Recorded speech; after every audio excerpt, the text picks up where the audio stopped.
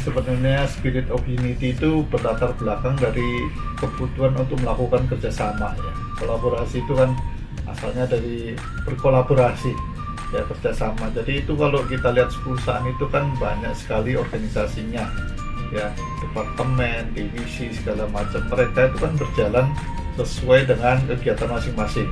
Nah, kalau tidak ada seperti yang mengikat, maka semua akan jalan sendiri-sendiri dan itu nggak terjadi keselarasan tujuan. Jadi tujuan organisasi seperti apa, tujuan masing-masing departemen seperti apa, masing-masing individu seperti apa, dan skill masing-masing kan berbeda-beda.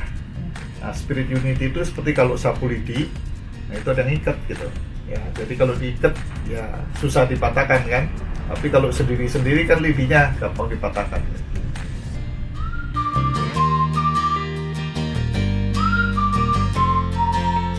Jadi kalau kamu mau melihat yang latar belakangnya itu dimulai daripada waktu Asa masih kecil ya. Pada waktu masa masih kecil itu organisasi masih small, lebih gampang mengkoordinasi ya, 1-2 orang aja udah bisa. Tapi Asa ini kan makin berkembang dengan hasil kolaborasi yang kecil, makin lama kita ini makin berkembang menjadi satu grup perusahaan ya, yang bisnisnya juga macam-macam. Nah, ini yang perlu makin lama, perlu makin besar organisasinya, makin banyak harus dilakukan kolaborasi.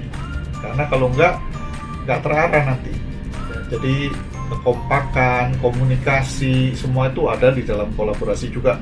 Dalam melakukan proyek-proyek itu kan semua departemen diikutsertakan gitu.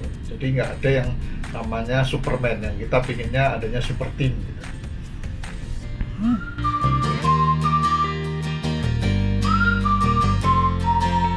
Jadi kalau menurut saya pribadi, kolaborasi itu kalau kita seperti satu anggota tubuh ya, di mana ada otak, ada tangan, ada kaki ya, semuanya itu kalau mau berjalan dengan sempurna harus ada koordinasinya.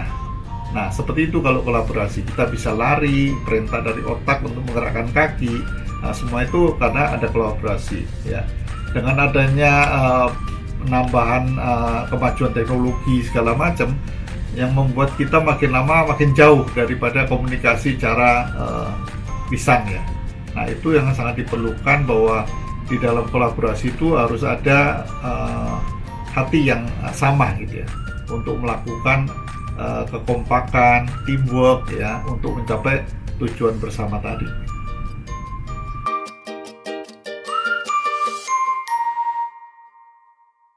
Kalau pada waktu organisasi saya udah bilang waktu kecil, gampang lah diselesaikan masalah dengan ngomong aja gitu ya. Tetapi organisasi makin besar, di mana anggota-anggota dari organisasi itu dari bermacam-macam ya. Jadi bermacam suku, bermacam agama, bermacam daerah. Nah, itu sangat sulit untuk melakukan kolaborasi kalau tidak ada DNA yang sama ya. Jadi menurut saya itu sangat penting, bagaimana dengan berbagai perbedaan ini bisa menjadi kompak ya, sehingga kalau kita menjelaskan pimpinan A itu sampai ke bawah itu ceritanya A gitu, langsung bisa diterjemahkan dan dijalankan ya A itu gitu. Nah, itu adalah di sana hambatannya. Kalau masing-masing mau jalan sendiri-sendiri, maka tidak terjadi kolaborasi, masing-masing berusaha untuk melakukan kinerjanya masing-masing ya, mencapai jadi secara keseluruhan target organisasi nggak tercapai, nggak optimal ya. Kalau individu bersaing kemudian sampai gontok-gontokan ya, kemudian nggak sehat gitu. Nah, itu hambatan di dalam melakukan kolaborasi, karena keinginan-keinginan pribadi itu pasti ada.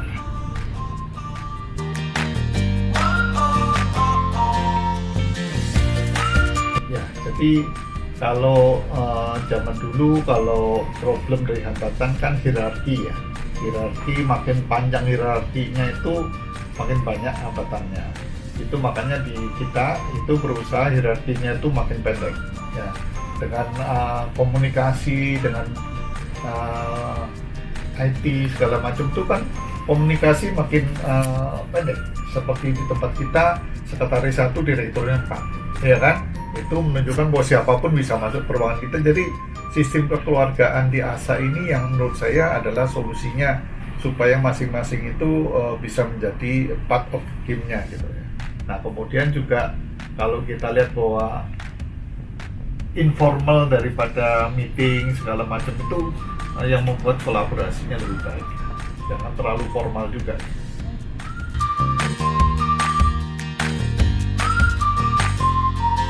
Jadi value menurut saya sih kita itu tidak bisa bekerja sendiri ya. Jadi dimanapun kalau mau melakukan sesuatu harus ada support dari yang lain ya.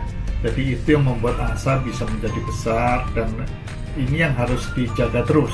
Jadi jangan masing-masing individu ataupun organisasi, anggota organisasi ada silonya sendiri-sendiri ya. Jadi kalau ada kekompakan, project-project bisa jalan, apalagi dengan sekarang persaingan yang makin ketat ya. Nah itu yang membuat menurut saya value-nya di sana, teamwork yang kuat itu yang membuat kita bisa bertahan.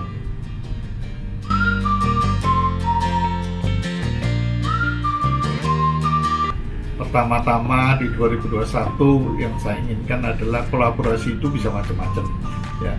Pertama adalah jaga kesehatan. Jaga kesehatan itu artinya kita saling menjaga ya, bekerja sama. Kalau seandainya ada yang sakit, harus benar-benar berterus terang bahwa dia sakit supaya apa? Tidak menularkan kepada teman-teman yang lain ya. Yang kedua, tahun 2021 itu bukan tahun yang mudah ya. Tahun 2020 itu baru mulai COVID-nya ya. Tapi tahun 2021 itu adalah dampak COVID-nya. Karena di tahun 2020 banyak sekali bantuan pemerintah dalam melakukan penanganan COVID.